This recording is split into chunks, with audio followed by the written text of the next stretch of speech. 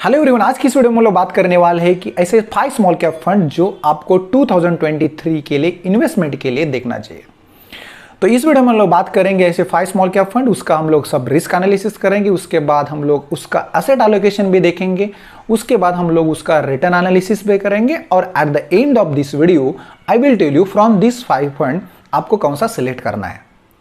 लेकिन आपका इन्वेस्टमेंट आपके स्ट्रैटेजी से आप इन्वेस्टमेंट कर सकते हैं, लेकिन मैं एक आपको ओवरव्यू दे रहा हूं कि कैसे एनालिसिस करते हैं और कैसे हम फंड सिलेक्ट कर सकते हैं।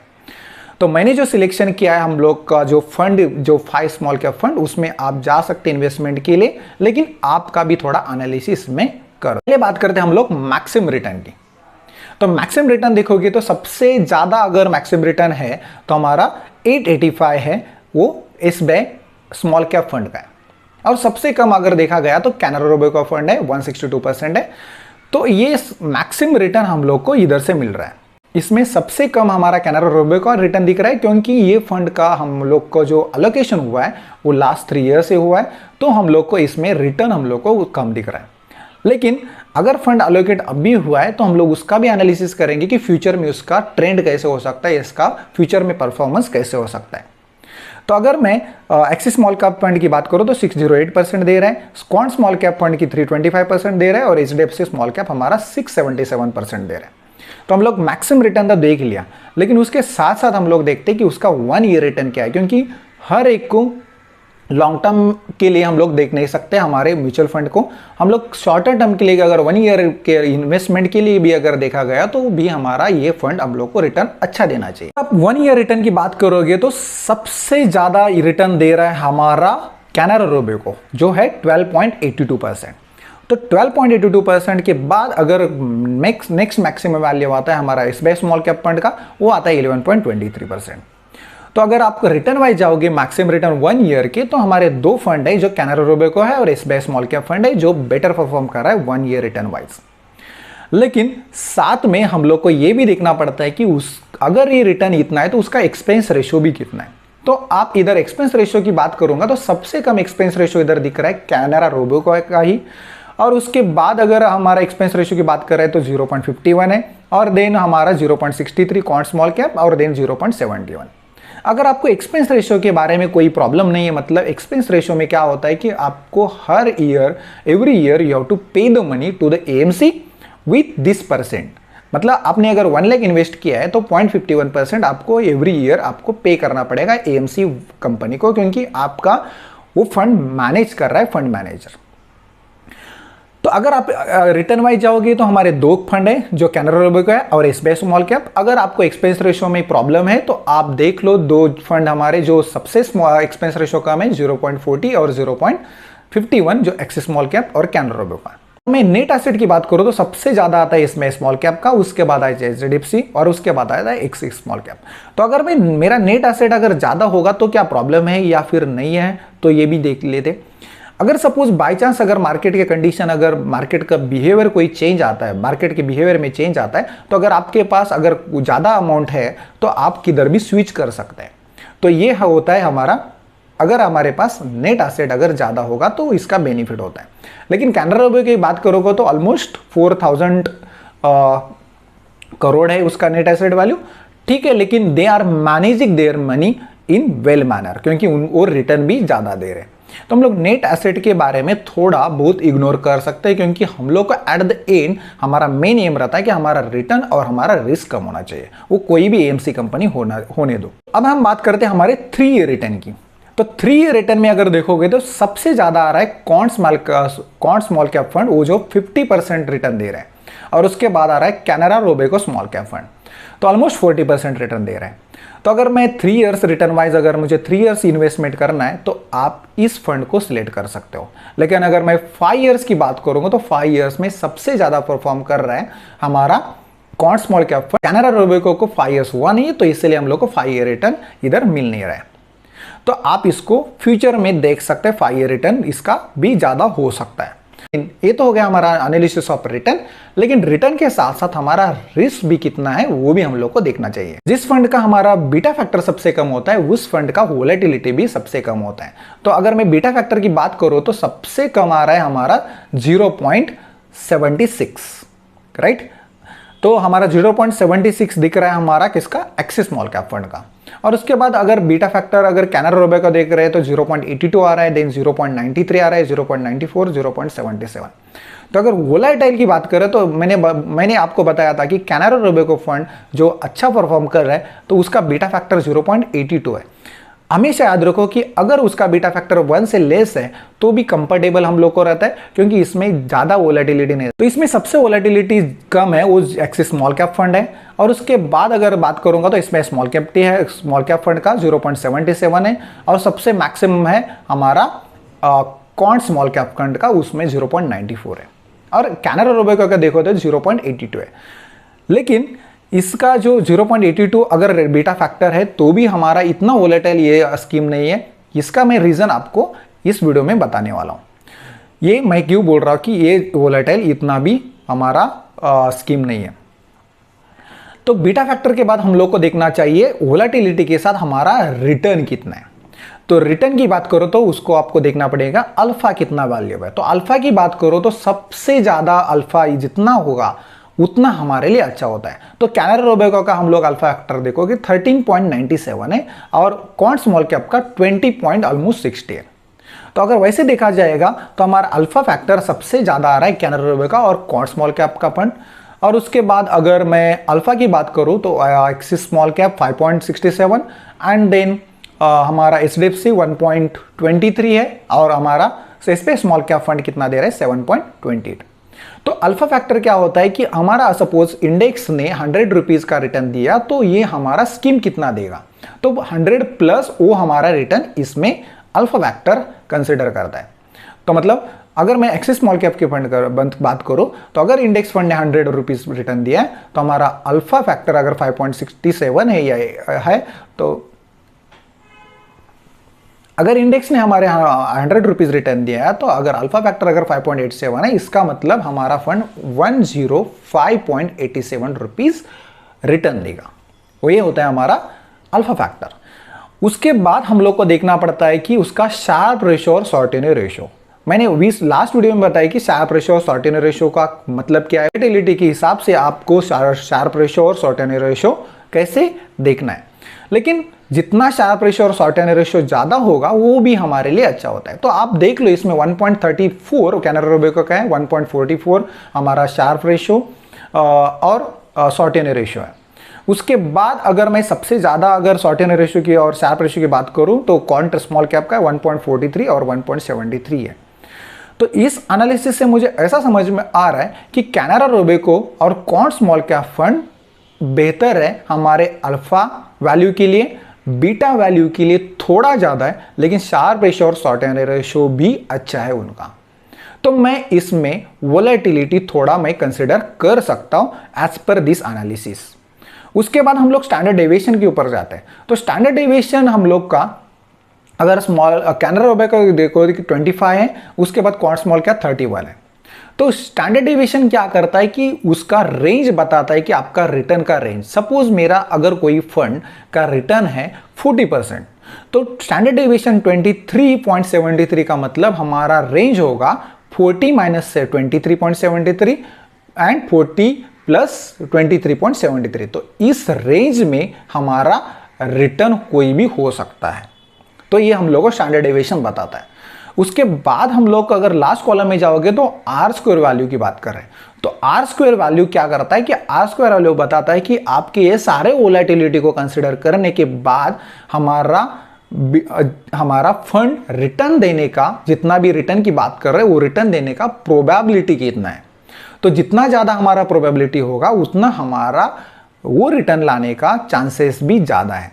तो अगर इसमें बात करो तो सबसे ज़्यादा आता है 0.98। तो 0.98 हमारा किसका है, HDFC स्मॉल कैप का। मतलब उसने अच्छा परफॉर्म किया है, जो भी हम लोग रिटर्न की बात कर रहे हैं वो एक्चुअली मैनेज कर रहे हैं। लेकिन अगर मैं कैनरा रोबेको का देख रहा हूं तो 0.93 वो भी अचीव कर रहे हैं। तो हमारा आर स्क्वायर का वैल्यू कितना होना चाहिए तो हम लोग को पता चलेगा कि उतना रिटर्न मिलेगा। तो ऑलमोस्ट अगर नॉर्मली देखा गया तो स्मॉल कैप फंड में 0.90 के परसेंट मतलब 0.90 के अबाव भी है तो भी हम लोग को वो रिटर्न मैक्सिमम टाइम मिलता है। अगर मैं एसबीआई स्मॉल कैप की बात करूँ तो 0.95 है, तो वो भी अच्छा परफॉर्म कर रहा है। और एक्सिस स्मॉल कैप फंड भी 0.93। Almost all this funds are above 90। तो ये सारे फंड हमारे लिए रिटर्न के तौर पे, स्मॉल कैप फंड भी 0.93। Almost all this funds are above 90। तो ये सारे फंड हमारे लिए रिटर्न के तौर पे अच्छा है। अभी तक हम लोग ने वीडियो में देखा है कि उसका रिटर्न कितना है, 1 year return, 3 year return, 5 year return. उसके बाद हम लोग ने देखा कि उसके रिस्क फैक्टर क्या क्या है, कैसे बिहेव करते हैं रिस्क फैक्टर। तो इतना एनालिसिस करने के बाद मुझे ये पता चल रहा है कि अगर मुझे इन्वेस्टमेंट अगर करना है स्मॉल टाइम पीरियड के लिए या फिर मैक्सिमम टाइम पीरियड के लिए, तो मैं कैनरा रोबेको और कौन स्मॉल कैप फंड में इन्वेस्ट कर सकता हूं।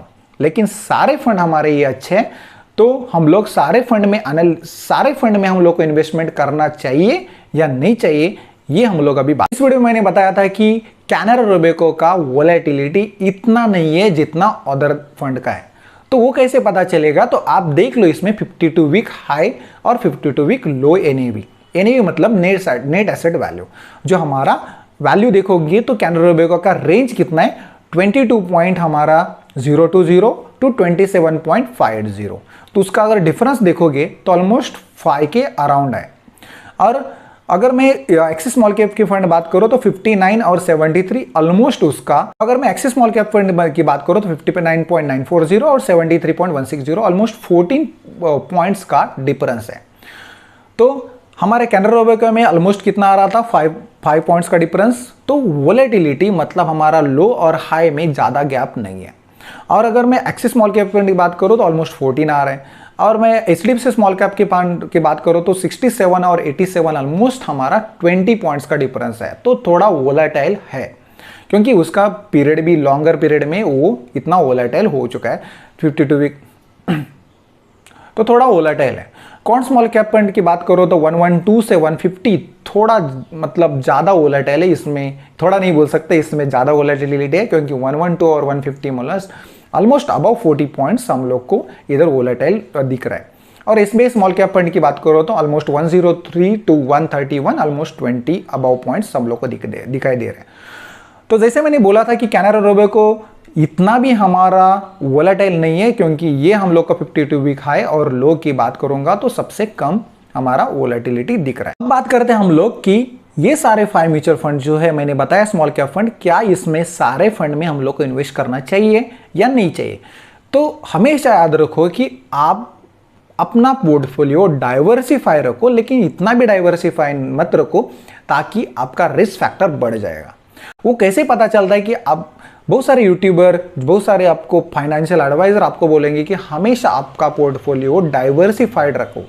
तो डाइवर्सिफाइड ऐसा मतलब क्या होता है कि आप जो भी फंड सिलेक्ट कर रहे हो, जो भी स्कीम सिलेक्ट कर रहे हो, उसका जो एसेट एलोकेशन है जो फंड का, वो डिफरेंट होना चाहिए। ऐसा नहीं होना चाहिए कि एक एसेट, अगर सपोज कैनरा रोबेको देखा तो कैनरा रोबेको अगर कोई स्टॉक में इन्वेस्ट कर रहा है तो वही अगर मैं दूसरा कोई एएमसी कंपनी है और वही स्टॉक अगर सिलेक्शन है उसका, तो आप ज्यादा रिस्क ले रहे हैं, क्योंकि मतलब कैनरा रोबेको और वो स्कीम सेम स्टॉक में अगर इन्वेस्ट करते हैं तो प्रॉब्लम ये है कि अगर वो स्टॉक का सपोज प्राइस गिर गया तो आपका स्कीम का भी वैल्यू कम होगा और आपका एनएवी का वैल्यू भी कम होगा, तो रिटर्न भी ऑलमोस्ट कम होंगे। तो डाइवर्सिफाइड मतलब हमारा जो एसेट एलोकेशन है वो थोड़ा डिफरेंट होना चाहिए, तो डाइवर्सिफाइड होना। पहले बात करते हैं हम लोग एसेट एलोकेशन ऑफ एक्सिस के बारे में। तो एक्सिस का अगर देखोगे तो पहला स्टॉक है नारायण, उसमें ऑलमोस्ट 4.64% एसेट एलोकेशन किया है। उसके बाद ब्लू स्टार, उसके बाद बहुत सारे ऐसे स्टॉक दिखाई दे रहे हैं जो आप देख सकते हो, इधर बहुत सारे स्टॉक में इन्वेस्ट किया है। तो based on this stocks your scheme will perform your return. तो ये जैसे ही परफॉर्म करेंगे स्टॉक्स, वैसे वैसे आपका रिटर्न भी। उसके बाद अगर मैं बात करूंगा तो कैनरा रोबेको का एसेट एलोकेशन देखो, इसमें ऑलमोस्ट क्या आ रहा है, सिटी यूनियन बैंक, देन केरा, then KEI, then Indian Hotel, then Bharat Electronics and VIP Industries and all. तो ये टॉप होल्डिंग है, टॉप 10 होल्डिंग है हमारे ये एसेट के लिए कैनरा रोबेको। उसका परसेंटेज होल्डिंग भी आपको इधर दिखा दिया है, तो आप परसेंटेज ऑफ होल्डिंग भी देख सकते हो और इसका चेंज भी देख सकते हो, 1 month change, 1 year highest holding कितना उन्होंने कंपनी ने किया था। उसके बाद हम लोग बात करेंगे HDFC के एसेट एलोकेशन के बारे में। HDFC एसेट एलोकेशन देखो, बजाज इलेक्ट्रिकल है, बैंक ऑफ इंडिया है, सोनाटा है, देन हमारा बहुत सारे ऐसे है KI इंडस्ट्रीज, तो KI इंडस्ट्री उसमें भी था और इसमें भी है। ये स्टॉक्स हम लोग 2 जगह पे मिल गया। देन E-क्लर्क्स है, सर्विसेज लिमिटेड, तो ये टॉप 10 होल्डिंग हमारा HDFC का। अब बात करते हैं हमारे कौन स्मॉल कैप फंड का एलोकेशन के बारे में। तो कौन स्मॉल कैप फंड अगर देखोगे तो ITC limited, Ambuja, then IRB, HFCL, then RBL bank, तो इसमें भी एलोकेशन अगर देखोगे तो परसेंटेज देखोगे तो 9.50% एलोकेशन ITC लिमिटेड है। तो कौन स्मॉल कैप फंड ज़्यादा परफॉर्म क्यों कर रहा था? क्योंकि ITC का अगर आप रिटर्न देखोगे फ्रॉम द लास्ट 1 ईयर तो ज़्यादा अच्छा परफॉर्म कर रहा है ITC, तो इसमें होल्डिंग भी अच्छा से बढ़ा दिया है, तो इसीलिए कौन स्मॉल कैप फंड भी उसका रिटर्न भी ज़्यादा दे रहा है। ऑलमोस्ट सारे फंड का अगर रिटर्न देखोगे, सारे स्टॉक्स का अगर रिटर्न देखोगे तो ऑलमोस्ट ज़्यादा आ रहा है। लास्ट में अगर मैं SBI स्मॉल कैप की अगर स्टॉक होल्डिंग की बात करूँ तो ब्लू स्टार है, वेदांत है, देन सीला है, देन लेमन ट्री, त्रिवेणी। तो अगर मैं एसेट एलोकेशन की बात करूँ तो ये सारे हमारे जो एसेट एलोकेशन मैंने दिखाया है, ऑलमोस्ट अगर मैं 10 स्टॉक की अगर बात करूँगा तो 10 5 50 स्टॉक होते हैं। तो 50 स्टॉक में आपने देखा कि ऑलमोस्ट 1 और 2 स्टॉक्स आर मैचिंग। तो इसका मतलब क्या कर रहे हैं आप, 5 अगर म्यूचुअल फंड अगर या 5 स्कीम ये जो भी है आप सिलेक्ट करते हो तो आपका रिस्क फैक्टर 50 स्टॉक का है। इसका मतलब ये हुआ कि हमारा मार्केट कंडीशन कुछ भी रहने दो, स्टॉक का कंडीशन इसमें से कोई भी अच्छा परफॉर्म नहीं कर रहा है तो बाकी के स्टॉक अच्छा परफॉर्म करेंगे और हमारा जो रिस्क है वो मिनिमाइज होगा। तो लेकिन आप एक बात याद रखो कि डाइवर्सिफाई फंड होना चाहिए, लेकिन डाइवर्सिफाई हमारा स्मॉल कैप में सिर्फ डाइवर्सिफाइड हमारा स्कीम नहीं होना चाहिए। तो हमारा जो फंड है वो डाइवर्सिफाई हमारा लार्ज कैप में भी होना चाहिए, स्मॉल कैप में, मिड कैप, फ्लेक्सी कैप और टैक्स सेविंग फंड में भी होना चाहिए।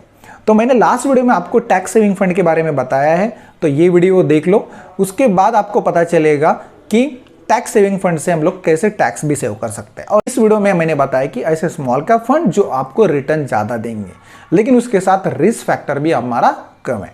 After different analysis I have observe that इसमें से आपको कैनरा रोबेको और कौन स्मॉल कैप फंड अच्छा परफॉर्म कर रहा है, उनका रिटर्न, रिस्क, एसेट एलोकेशन सारा अगर फैक्टर देखोगे तो सबसे अच्छा है। पर्सनली अगर मुझे इन्वेस्टमेंट अगर करना है कोई स्कीम में तो मैं ज़्यादा करके जाऊंगा कैनरा रोबेको और कौन स्मॉल कैप फंड के उधर, क्योंकि इनका रिटर्न और रिस्क एनालिसिस थोड़ा मुझे अच्छा लगा और एसेट एलोकेशन भी ठीक ठाक है।